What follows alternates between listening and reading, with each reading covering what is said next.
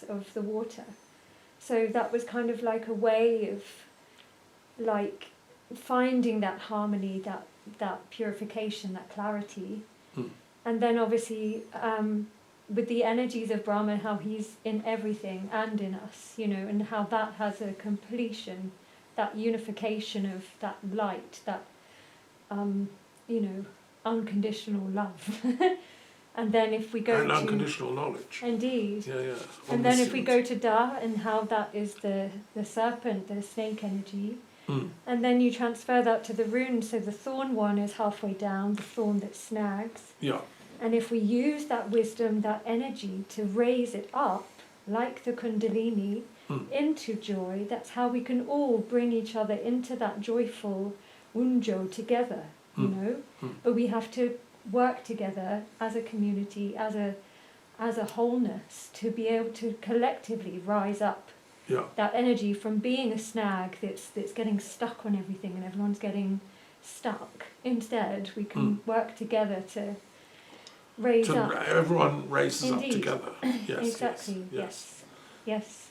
I agree totally. And one of my close friends, Mandy Khan, who teaches the peace class in America, she always says that that like boats in a harbour, when the tide's gone out, they're all on the mud, they're all leaning over, they can't do anything. But when the tide comes in and the water comes, they all rise together. So we too are like that, stuck on the mud, you know, in suffering. But when the water of wisdom comes in, we all rise together. And then the boats can all travel about and do trade and, you know. Yeah, thanks for that. I love that. Can I just add that in the Kabbalah runes there's been a lot of very deep thinking about language going on among French intellectuals ever since, you know, Abelard and the first University of Paris was set up, because there's a fascination with language in French intellectual life, and one of the most recent was Lacan, a psychoanalytical thinker who was very interested in language and sound, and how we, you know, what is thought and what is speech, and in some ways he was kind of looking at ideas that overlap with my ideas about the Kabbalah runes, and other you know, other thinkers. Derrida is famous, another French thinker who talks about, he coined this idea of grammatology, that we should look at writing, we should look at the way people convey our ideas in writing. What he doesn't talk about is the Kabbalistic interpretation of grammatology.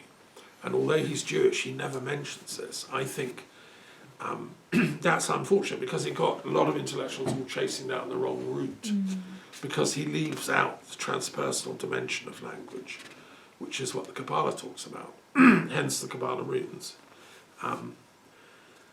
So anyway, have a look at the book that goes with the Kabbalah runes. You'll find a lot more detail.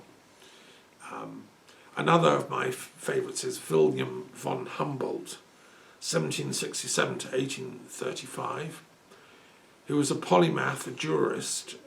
He founded the University of Berlin, where our Delphic Games are based. And as a linguist, he studied Sanskrit, Basque, Latin, Native American languages, Egyptian hieroglyphs, and Chinese. I mean, you know, wonderful stuff. And by the way, archaeologists have just made a huge discovery in northwestern Spain.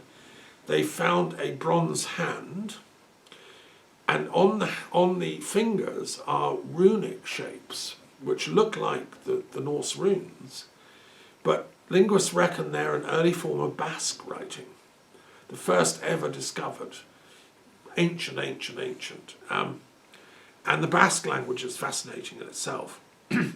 Anyway, he tried to put everything together, and he wrote a study called Language as the Formative Organ of Thinking. He argued that language should be seen primarily as a manifestation of energy, rather than a fixed, static thing, with a form that is established once and for all. Instead, language is a constantly evolving and changing phenomena, an energia.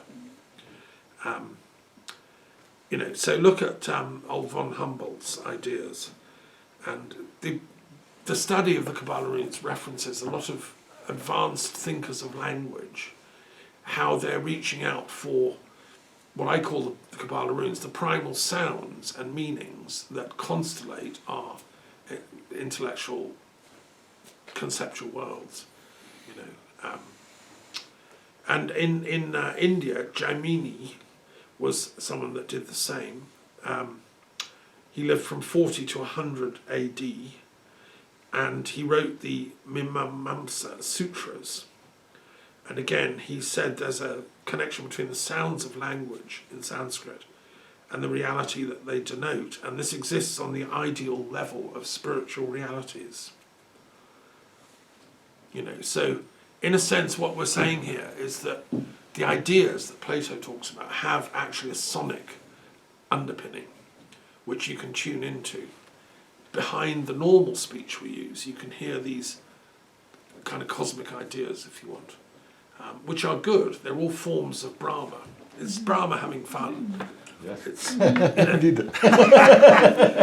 and creating beauty. That's the point. Okay, Beautiful. we'll stop there. Thank you so much. Blessings, and let's hope this coming week brings a bit more peace in the world. I've got the World Intellectual Wisdom Forum meeting on Wednesday, which, you know, we gather together.